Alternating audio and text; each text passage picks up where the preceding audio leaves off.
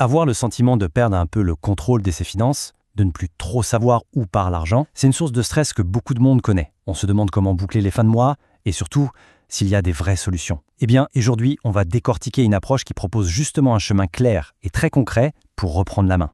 Et pour ça, on va s'intéresser à Bolster. C'est un organisme dont la mission est d'accompagner les gens pour transformer justement cette anxiété en confiance.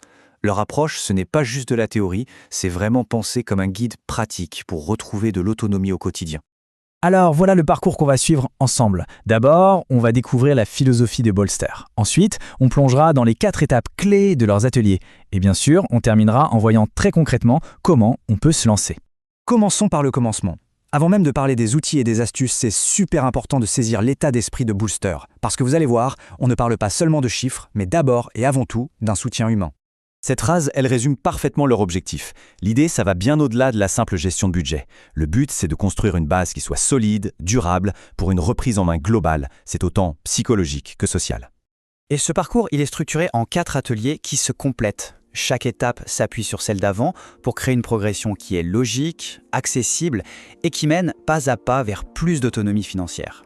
Allez, on attaque la première étape. Et c'est vraiment la fondation de toute bonne gestion. Savoir précisément où va son argent, c'est le point de départ indispensable si on veut reprendre le contrôle.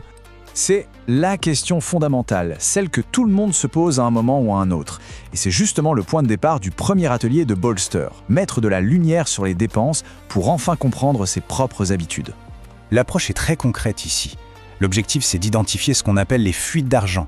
Pour y arriver, l'atelier propose des activités comme trier ses dépenses en 3 catégories, essentielles, utiles, superflues, et même une simulation pour visualiser une semaine type.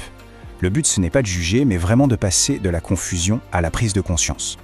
Et alors, à qui ça s'adresse? Eh bien, le public est en fait très large. Que ce soit des jeunes qui démarrent dans la vie, des retraités avec un petit budget, ou simplement n'importe qui souhaitant y voir plus clair, l'approche est vraiment faite pour être inclusive. Ok, maintenant qu'on sait un peu mieux où va l'argent, l'étape suivante, logique, c'est de commencer à le planifier. Alors, comment on passe de la simple observation à une véritable planification? C'est tout le défi de ce deuxième atelier. Transformer les informations qu'on a récoltées en un plan d'action qui soit à la fois concret et réaliste. Ici, l'objectif, c'est de devenir proactif. En équilibrant les entrées et les sorties, on ne subit plus les imprévus, on essaie de les anticiper. Pour ça, l'atelier fournit des modèles simples et propose même de s'entraîner sans risque en gérant un mois fictif. C'est un vrai changement de perspective. Cet atelier est particulièrement utile pour ceux qui entrent dans l'autonomie ou qui sont déjà suivis par des structures d'aide parce qu'il donne une méthode vraiment claire et structurée pour avancer. On passe maintenant à un point crucial, un aspect souvent négligé mais qui est pourtant essentiel pour une bonne santé financière, connaître et accéder aux aides qui existent. La question est simple, mais elle est énorme. À quoi a-t-on droit?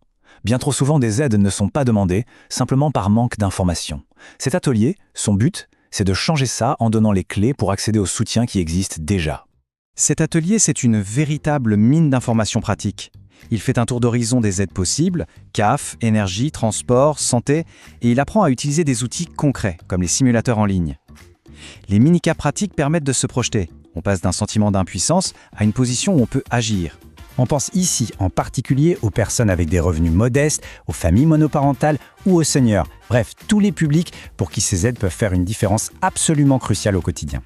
Et nous voilà arrivés au dernier atelier, celui qui se concentre sur la mise en place d'habitudes durables pour un impact sur le long terme. Comment est-ce qu'on peut consommer de manière plus maligne sans forcément se priver? C'est le défi de cette 4e étape, trouver des alternatives pour économiser tout en gardant une bonne qualité de vie. L'approche ici est à la fois créative et assez ludique. On explore des pistes comme le don, le troc, la location. On partage des astuces très concrètes et l'apprentissage se fait même sous forme de jeu avec le défi du panier malin. L'idée, c'est de montrer que faire des économies, ça peut être stimulant et pas du tout une punition. Cet atelier, pour le coup, a une portée quasi universelle. Il s'adresse bien sûr à ceux qui cherchent à faire des économies, mais aussi à tous les curieux qui ont envie d'explorer un mode de vie peut-être un peu plus sobre, moins centré sur l'achat systématique. Bon, après avoir parcouru ces 4 étapes, la grande question c'est, concrètement, comment on fait le premier pas? Cette dernière citation, elle résume vraiment bien le bénéfice final qu'on recherche. Le but de tout ce parcours, c'est de permettre à chacun de progresser et de gérer ses finances, non plus avec angoisse, mais avec clarté et avec sérénité. Alors pour celles et ceux qui se sentent prêts à commencer, voici comment contacter Bolster. C'est peut-être le début d'une relation plus apaisée avec ses finances. Au fond, la question, ce n'est pas seulement de savoir où va l'argent, mais de décider où on veut qu'il nous emmène.